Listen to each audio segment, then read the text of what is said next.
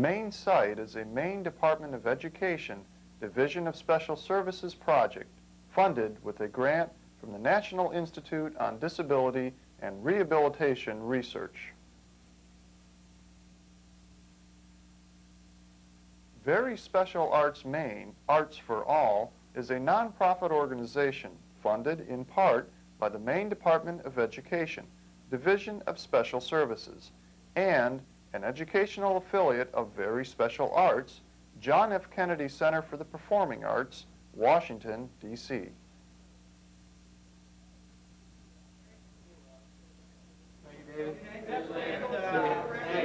Thank you. Go ahead and just look, actually pull this offstage shutter into about here. Oh, that doesn't get me too much, does it?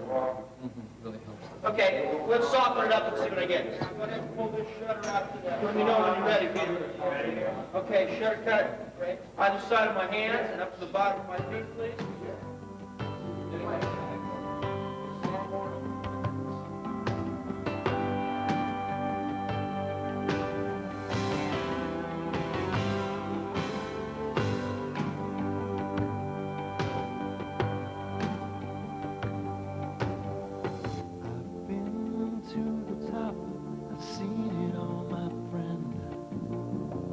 I've held the sun and I've held the moon, all the gold waiting at the rainbow's edge. I love the theater. I love to watch the empty stage come alive with characters. The colored lights and the dramatic scenery move me into imaginary places. Imaginary places where there are no limits. Recently, I attended a production titled Storm Reading. Playwright Neil Marcus works on stage with two other actors, Catherine Voice and Matthew Ingersoll. Working together, they recreate scenes from Neil's experience as a person with a disability. Through humorous vignettes and heart-touching drama, Neil encourages the audience to see the world briefly through his eyes. As we watch, oh, now we understand. Unfolding his body slowly, Neil Marcus rises. He gracefully gains the control needed to stand upright. His silhouette rises upward like a growing flower preparing to bloom. The painting continues to evolve. The colors deepen and blend together. Vivid blues, rich purples, and warm yellows fill the canvas. With assistive technologies like the audio description you just heard, theater companies such as Access Theater make performances more enjoyable for many people with disabilities. Neil's fisted arms burst upward in a gesture of life celebration. They remain symbolically still, poised and illuminated by the watercolor canvas. These technologies are making theater accessible to new audiences for the first time. We documented the stage setup for this performance and talked to the crew of Access Theater about the use of assistive technologies. We'd like to share what we've learned and encourage you to create theater without limits.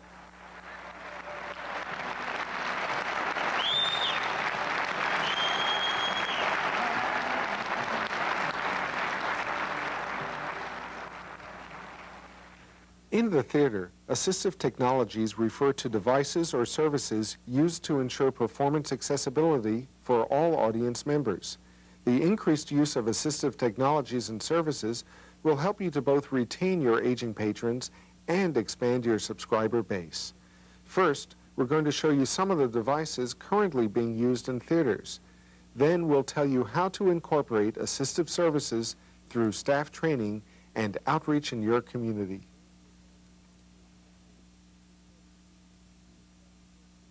Audio description is the process of describing the visual elements, in this case of theater, to people who are blind or partially sighted so that they can have an equal participation in the theatrical experience. Of course, it's used in television and video and film as well, but for this purpose, we'll just talk about it in terms of theater. The way Access Theater approaches audio description is that we start early in the process of creating our script for the show, our audio description script, and we take the time to time it out and customize the script and make it fit the show very tight. A lot of times audio description will be added on to an existing show, in a day or two or three or maybe a week. Someone might come and see a rehearsal and try to catch as much as they can, take some notes, and then go and describe the show live just by some notes. But we have the luxury here with Access, in that because we're dedicated to doing audio description with everything we do, to really customize the audio description script. So we will pick everything in the show that we think needs to be described visually based on the time we have to describe between lines of the show. It's important not to overlap on top of dialogue because you don't want your audience member to miss out on the dialogue. So you have to squeeze it in between.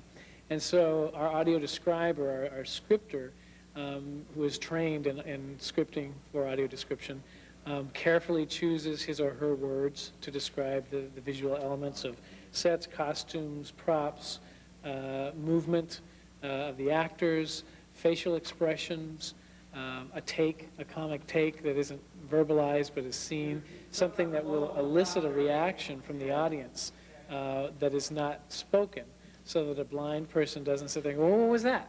What did I miss?" So we might add an audio description line that says, "Neil looks out to the audience," or Neil does a take to the audience. Conversation with a guy jogging in the park. Neil performs a diving forward somersault from his chair onto the stage, forcing Matt to jump over him as he and Katie jog by. Neil restfully lies on his back, legs crossed in the air. Matt and Katie stop jogging to watch. They glance at Neil, then at his wheelchair. I was just watching you eat that brownie. You seem to take such time and care with it. Well, like it was a dance or making love or something.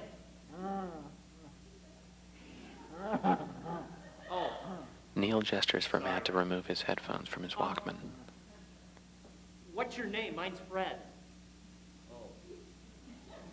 They shake hands. Matt inspects his hands and licks his fingers. Good brownie. Neil rolls over to lay casually on his stomach, still nibbling his brownie. I didn't know people like you existed. The elements of audio description from a technical standpoint. We have the receiver, which is just a Walkman-style, very simple FM receiver that incorporates a single earbud, leaving one ear open to hear what's actually happening on stage. There's nothing to it other than the earbud, which acts as the antenna, and a volume switch. Clips on a belt. It's FM. It goes through walls, so they can put it anywhere. They don't need line of sight as you would in an infrared system. That's just like your TV remote at home, where you have to have direct line of sight to the transmitter. These work really well, and they're very clean from a sound standpoint. And as far as what happens up in the booth, this is the transmitter. Again, a very simple piece of technology. There's the mic input in the back, and you've got a level control in front and an LED that reads. It just lets you know you're transmitting.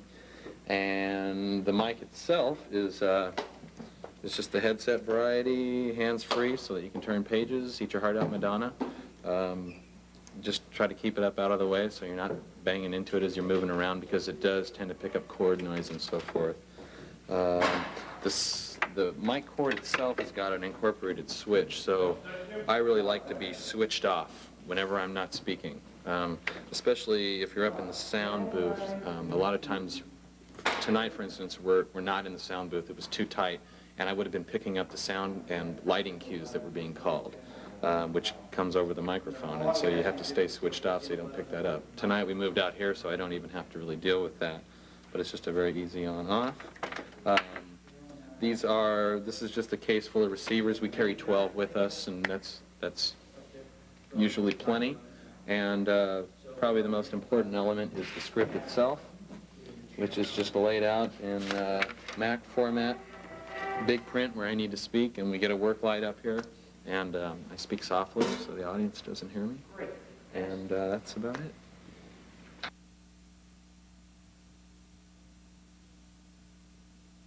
Any of us that do description want to get feedback after a show to find out if it worked, could they hear all right, was it effective, was it not effective. It's really always a good thing to get direct feedback from your audience as opposed to just doing it and thinking, well, we did it and it's done, because if you're not really serving your individuals who are using it, you're missing the boat. But overall, and very consistently, we get feedback from people saying, you know, I haven't gone to the theater in years, or maybe in one case, this one individual said, you know, I haven't been to the theater since I was a little kid. It's been, 15, 20 years, because I just don't enjoy going and trying to figure out what's going on. And he was floating. He was just floating, and elated at the fact that he got it all. He kept saying, I got it all. It all made sense. I got it at the same time everybody else got it, and he loved the show and loved that experience. And because we were there for 5 days, he and the other people that came the first couple of days went out and told their friends who happened to be partially sighted or blind, and we had so many people come to the theater saying, I want to hear this audio description thing. It's kind of like spreading the good news. So it's very exciting to reach a segment of the population that has been completely cut off from a theatrical experience just because that accessibility service wasn't offered, and to hear the excitement in their voices and see it physically after the show, it's very gratifying.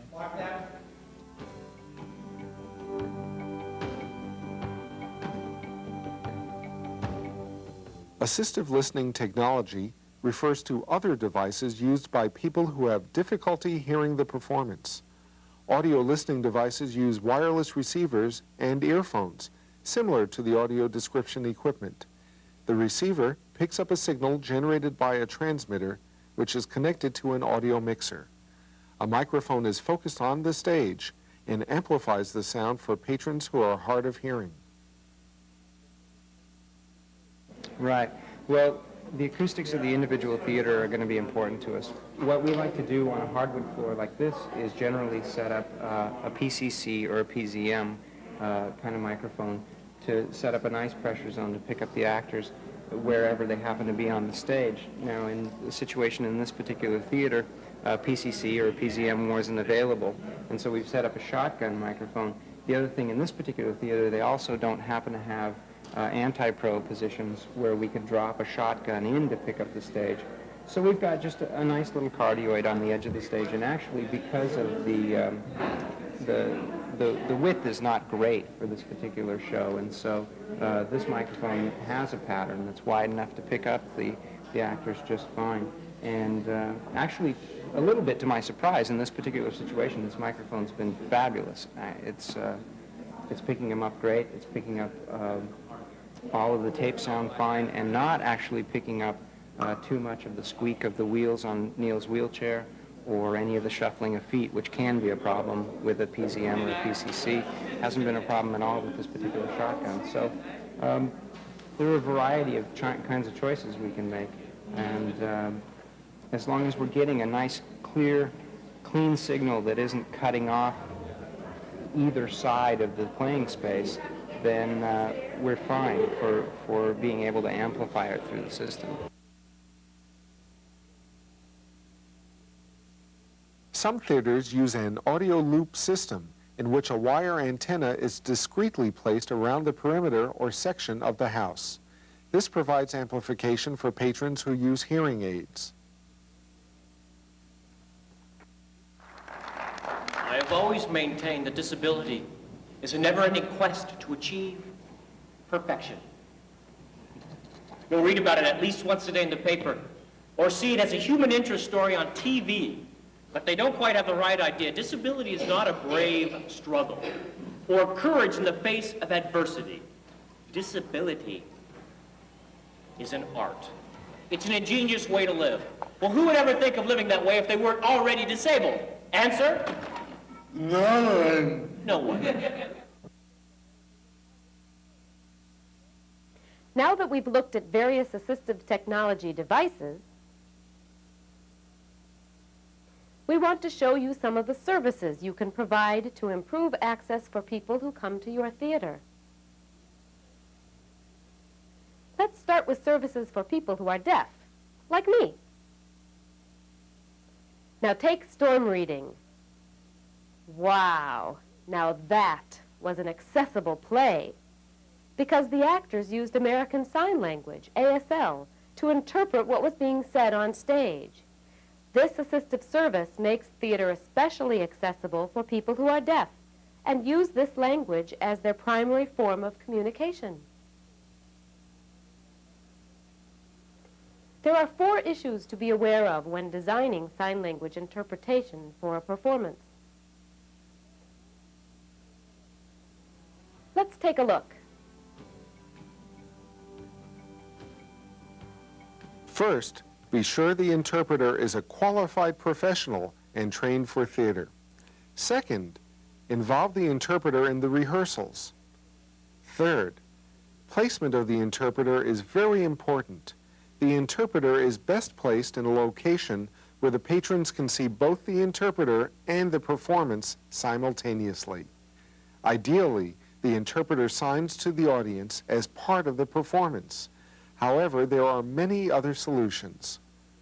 Fourth, the interpreter must be lit whenever dialogue or voicing can be heard by the audience. Lighting and background work together to provide a sharp, clear view of the interpreter's hands, face, and upper body.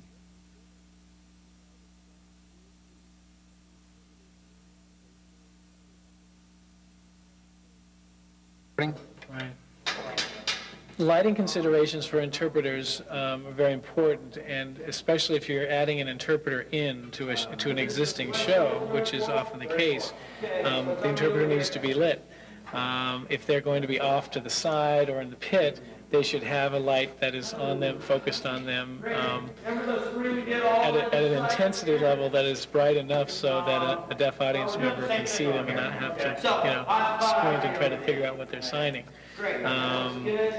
If they're on stage, and if you have the benefit of working with a company that will allow the interpreter to enter the stage area with the actors, then you need to make sure that your lighting areas are opened up, if they're tight to begin with, opened up so that they can include the interpreter, because you don't want the interpreter being cut in half by the edge of a lighting pool and having, half of them out of the light and half in.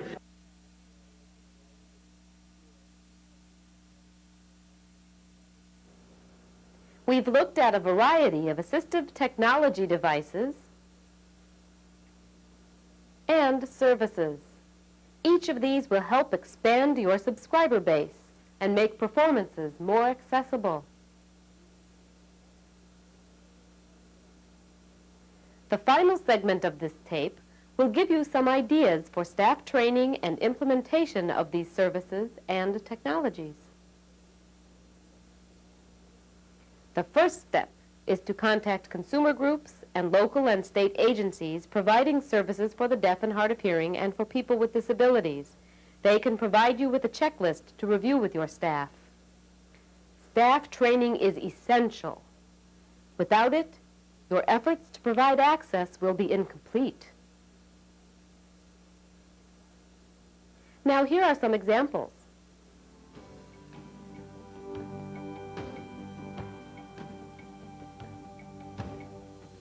Many of your senior patrons may have gradually grown less robust and self-reliant with age. They do not necessarily think of themselves as having a disability. However, they may have mobility, hearing, or visual difficulty. Be sure your staff takes time to talk with patrons before giving them assistance. If you have a question or information for a person with a disability, speak directly to that person. If the theater is not yet physically accessible, have the staff discuss with the patron available options, such as alternative routes to seating, restrooms, and exits. Remember, stairs and ramps without handrails can be difficult to manage. If a patron is unsteady offer him or her your arm. It is always polite to ask if the individual would like assistance following the performance.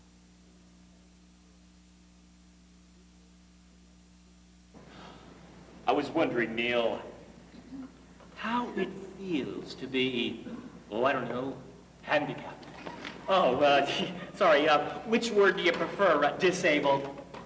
Physically different? Crippled? Shit, of course not. Different?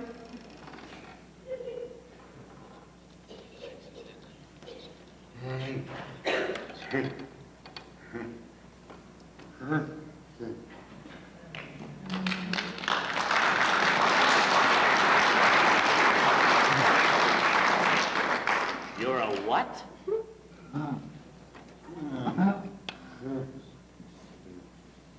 You're a person? Oh. These are a few of the guidelines to discuss with your staff when setting up assistive services.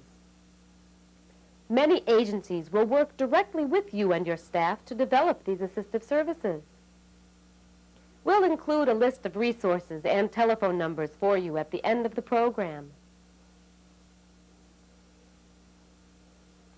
Remember, many people who come to your theater have family or friends who happen to be deaf or hard of hearing or have a disability.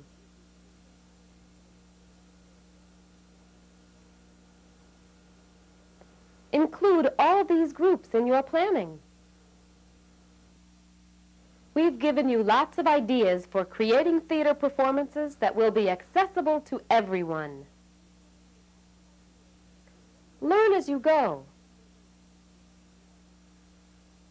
Watch as your new audiences are drawn into the magic of the theater, the colored lights, the dramatic scenery, the full essence. Watch as they become immersed in imaginary places that you create, imaginary places where there are no limits.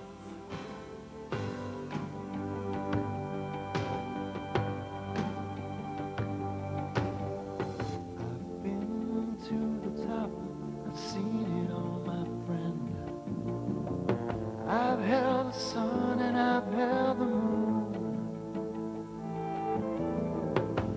All the gold waiting at the rainbow's end is not as beautiful. For more information on using assistive technologies, contact the National Endowment for the Arts, Office of Special Constituencies. Their voice number is 202-682-5532. For TDD, call 202-682-5431.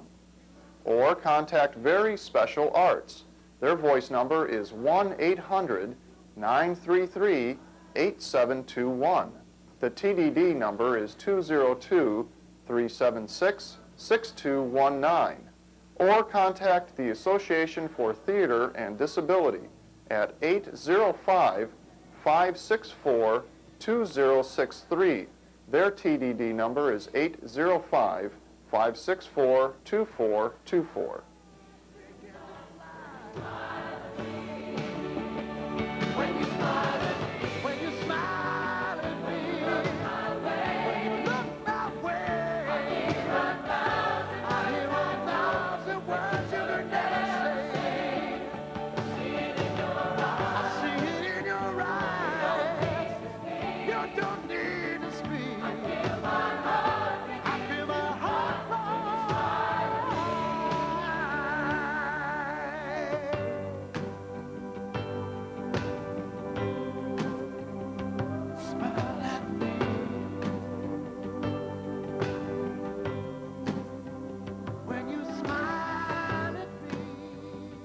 For a copy of this tape, contact Media Services, Maine State Library, State House Station number 64, Augusta, Maine, 04333-00.